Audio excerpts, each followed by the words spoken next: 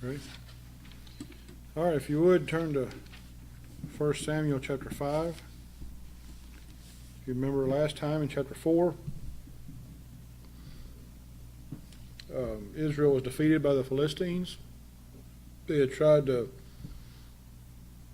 use the Ark of the Covenant against them, but they didn't do it the way the Lord had instructed them to do in the past. They basically they thought the ark itself was going to save them, and no mention of the Lord. They used it as an idol, basically, and that happens. I mean, we can do that if we're not careful today. There are things that we have that are good and godly, and things that that if we're not careful, we can worship more than we do the Lord. Some people put more faith in their pastor or in their local church than they do the Lord sometimes. That's just one or two examples. I read something, I think it was today or yesterday, I read something about how people seem to worship or admire big name preachers more than the Lord and more than even their own pastor, and that's a real problem today. People have made false gods and idols out of famous preachers. It's been that way for a long time. We also saw where we saw the death of Eli, the priest, and his two sons. Remember, his two sons were the ones that carried the Ark of the Covenant out, or were in charge of carrying it out anyway. And then they were killed in the battle when it was captured. And then Eli, when he found out, he, being an old man, he was 98 years old, when the messenger told him what had happened. He wasn't concerned about his sons, he was concerned about the Ark of God. And he fell out of his chair and broke his neck, killed him. Everything God predicted with that family, or anything he prophesied of with that family, happened, just as God said it would. And so he had told Eli that he was, because of his son's wickedness and because he was not willing to do anything about his sons, their wickedness as far as priests were concerned, that his sons would be the end of the bloodline of Eli's that would be in the priesthood. And so it was that ended the priesthood for that family. Now in chapter 5, we see what happens to the Philistines. And remember, this whole study's been supposed to be about Samuel. We've gotten into some parts that's not necessarily about Samuel, but they do affect Samuel, and we won't get back to Samuel until chapter 7. But just know Samuel is there. He's alive. He's a young man at the time,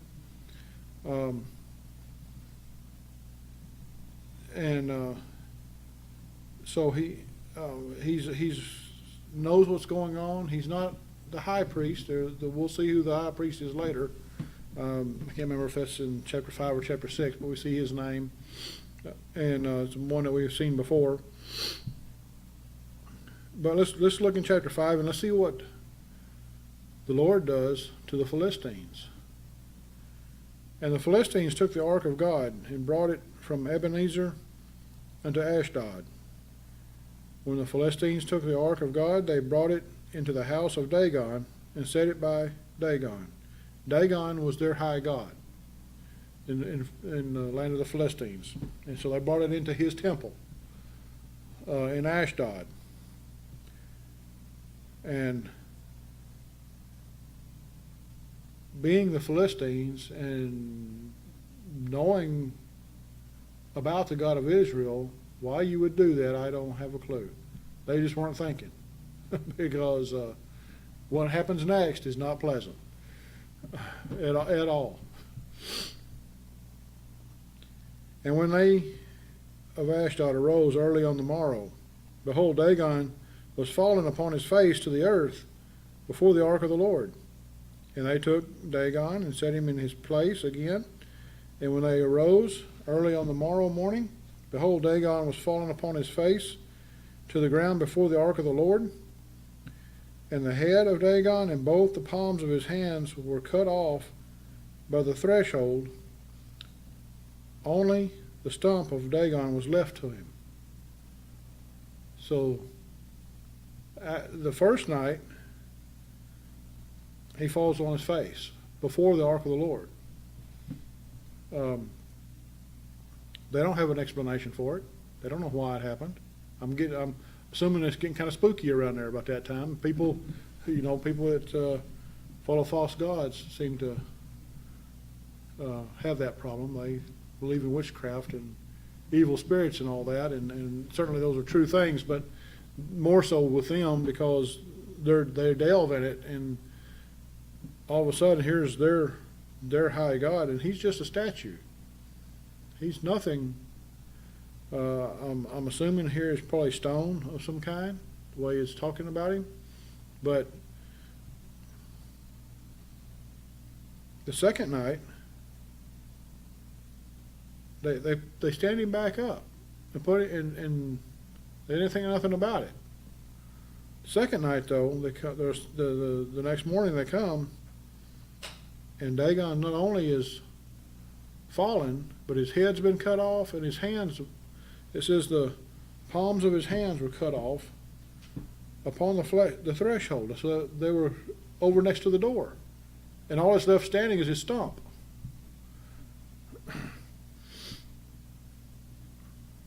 Now, who would have done that? Philistines are smarter than you think. They know who's done it. Therefore, neither the priest of Dagon nor any that come into Dagon's house tread on the threshold of Dagon in Ashdod unto this day. So this is such a serious matter, and it has scared them so bad, they're not setting foot back in the building. They're not going back in the doorway of this temple, because it scared them. But the hand of the Lord was heavy upon them of Ashdod. Oh, here he comes. And he destroyed them, and smote them with emerods, even Ashdod and the coast thereof. Give them a bad case of hemorrhoids. It's not very pleasant, is it? And they not only the priest at the temple of Dagon, but the whole city of Ashdod. And it says the coast thereof, so all the cities around them, all the villages around them, are now have this great plague upon them. And when the men of Ashdod saw that it was so, they said, the ark of the God of Israel shall not abide with us, for his hand is sore upon us and upon Dagon our God. They've got to admit that the God of Israel is mightier than their God Dagon. Imagine that. And they know who's given them this plague. That it's the God of Israel. They have stolen Israel's prized possession. And now they're paying for it. They sent therefore and gathered all the lords of the Philistines unto them, and said, what shall we do with the ark of the God of Israel? And they answered, let the ark of the God of Israel be carried about unto Gath. And they carried the ark of the God of Israel about thither. They just passed it off to somebody else. If it's done this if the ark of God has done this in Ashdod, don't they think it possibly could do it anywhere they send it? Well, they don't get it takes them 5 times to get the picture. But they sent it to 5 different cities. And it was so that after they had carried it about, the hand of the Lord was against the city with a very great destruction. And he smote the men of the city, both small and great, and they had emerods in their secret parts. So the people of Gath, the second city, has the same problem. Therefore they sent the ark of God to Ekron. And it came to pass, as the ark of God came to Ekron, that the Ekronites cried out, saying, They have brought about the ark of God of Israel to us to slay us and our people. They've heard the stories. Why are you sending it here? We don't want it. They're just passing it around. Why not send it back to Israel? Would that make sense? But they don't want to.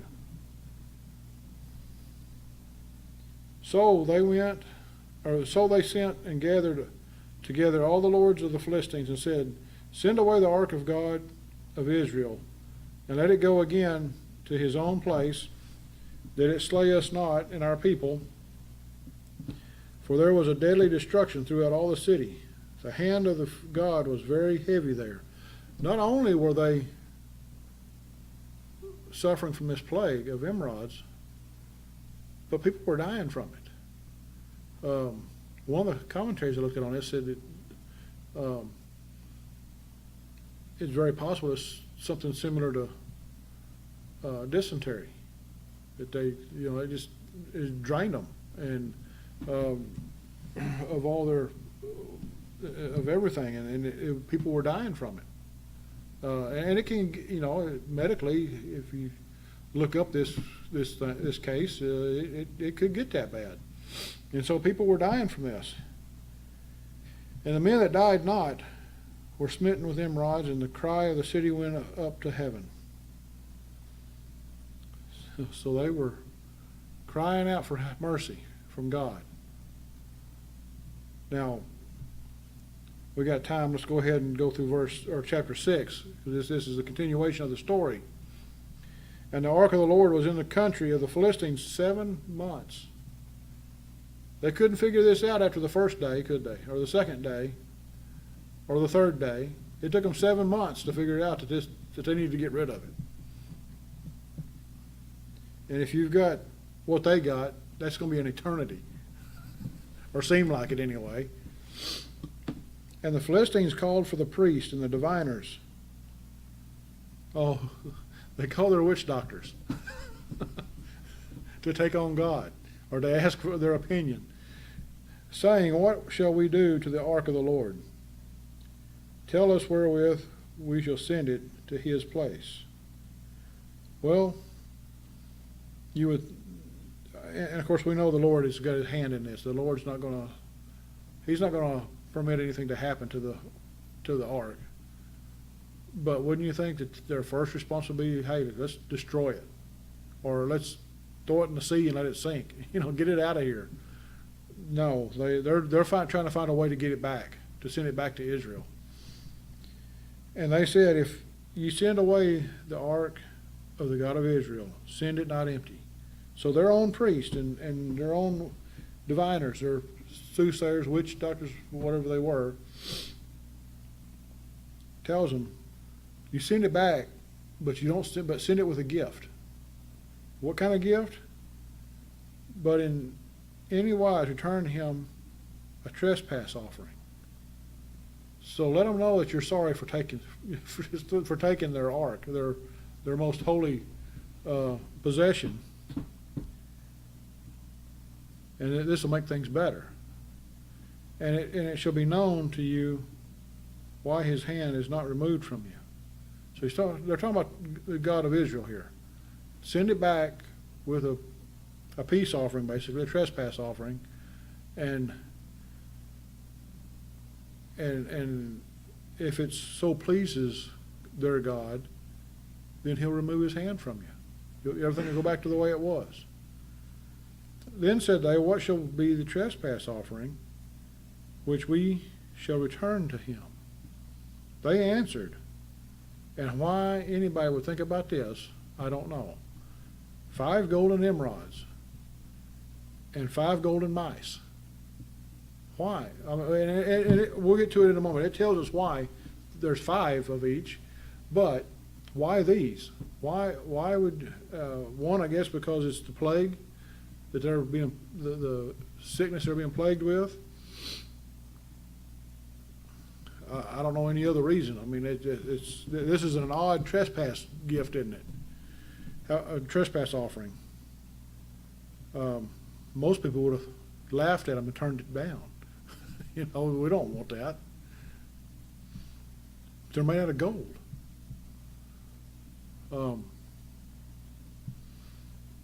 Wherefore ye shall make images of your emerods and images of your mice that mar the land. So I guess they had an infestation of mice too. It didn't talk about that before, but that's what it sounds like. And they're tying that in with this. And ye shall give glory unto the God of Israel.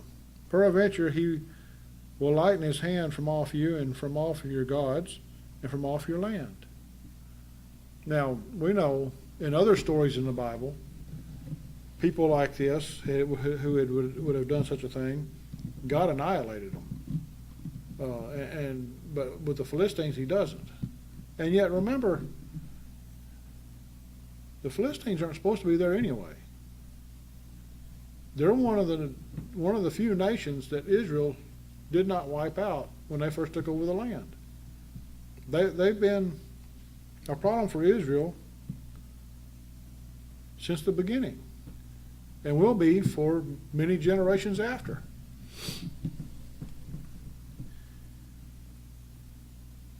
Wherefore then do ye harden your hearts as the Egyptians and Pharaohs hardened their hearts? So they know the stories of Israel. They know Israel's past. They said, remember the Egyptians with Pharaoh? How God hardened his heart?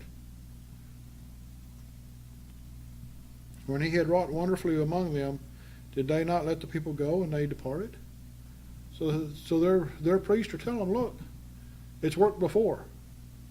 Let's make them happy and give them these things, give them their ark back, and their God will leave us alone. Now therefore make a new cart, and take 2 milch kin, in other words, two cattle. They were in milk. In other words, they had calves,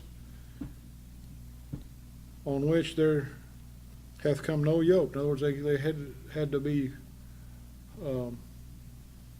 had never been broke to pull in a plow or a wagon or anything like that.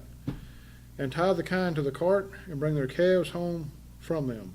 So they take the calves off of them, send these cows out with the new cart with the ark on it, and take the ark of the Lord and lay it upon the cart, and put the jewels of gold which you return him for a trespass offering. I don't know that I would call these jewels, but that's what it's worded here. But in a coffer, put them in a separate box by the side thereof, and send it away that it may go. And see, if it goeth up by the way of his own coast to Beth Shemesh, then he hath done us this great evil. But if not, then we shall know that it is not his hand that smote us, it was a chance that happened unto us. So, if these 2 cows, or when they take this cart, if they go to Beth Shemesh, where there were some Israelites that was in Israel's control, if it goes there, then we know that it was their God that did this to us. If it doesn't go there, if it goes somewhere else and just wanders off, then it was by chance. Well, we know there's no such thing as chance. And I think they're starting to figure that out now too. And the men did so, and took 2 milch kin and tied them to the cart, and shut up their calves at the home. And they laid the ark of the Lord upon the cart, and the coffer with the mice of gold and the images of their emerods. And the kine took the straight way to the way of Beth Shemesh, and went along the highway, lowing as they went, and turned not aside to the right hand or to the left. And the lords of the Philistines went after them unto the border of Beth Shemesh. So they made a straight line. A beeline is what we would call it. They went straight from the land of the Philistines to Beth Shemesh. And they of Beth Shemesh were reaping their wheat harvest in the valley, harvest time. And they lifted up their eyes and saw the ark, and rejoiced to see it. Oh, it's back. They don't know why, don't know how, but it's back. And the cart came into the field of Joshua, a Beshemanite, and stood there, where there was a great stone. And they clave the wood of the cart, and offered to Cain a burnt offering unto the Lord. So they cut up the cart and made an offering to the Lord right there on the spot where it came back. And the Levites took down the ark of the Lord and the coffer that was with it, wherein the jewels of gold were, and put them on the great stone. And the men of Beth Shemesh offered burnt offerings and sacrificed sacrifices the same day unto the Lord. And when the 5 lords of the Philistines had seen it, they returned to Ekron the same day. And these are the golden emeralds which the Philistines returned for a trespass offering unto the Lord. For Ashdod 1, for Gaza 1, for Askelon 1, for Gath 1, for Ekron 1. So for every city that they moved the ark to, they gave one of these golden emeralds to Israel as a trespass offering. So each city had to offer a trespass offering.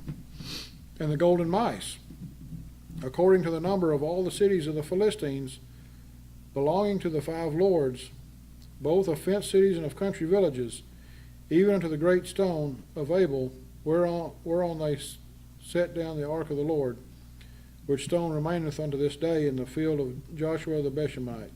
So the golden mice represent the cities that belong to those 5 lords that kept moving the thing around.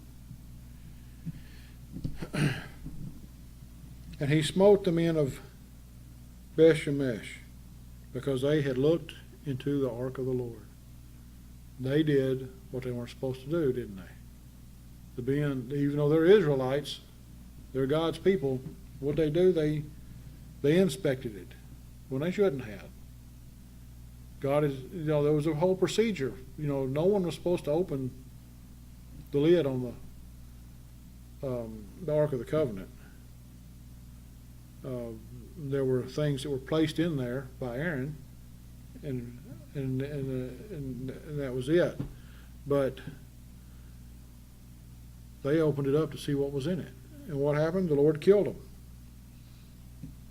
Even he smote of the people 50,000 and 70 men. And the people lamented because the Lord had smitten many of the people with a great slaughter. Over 50,000 men he slaughtered because they looked in the ark.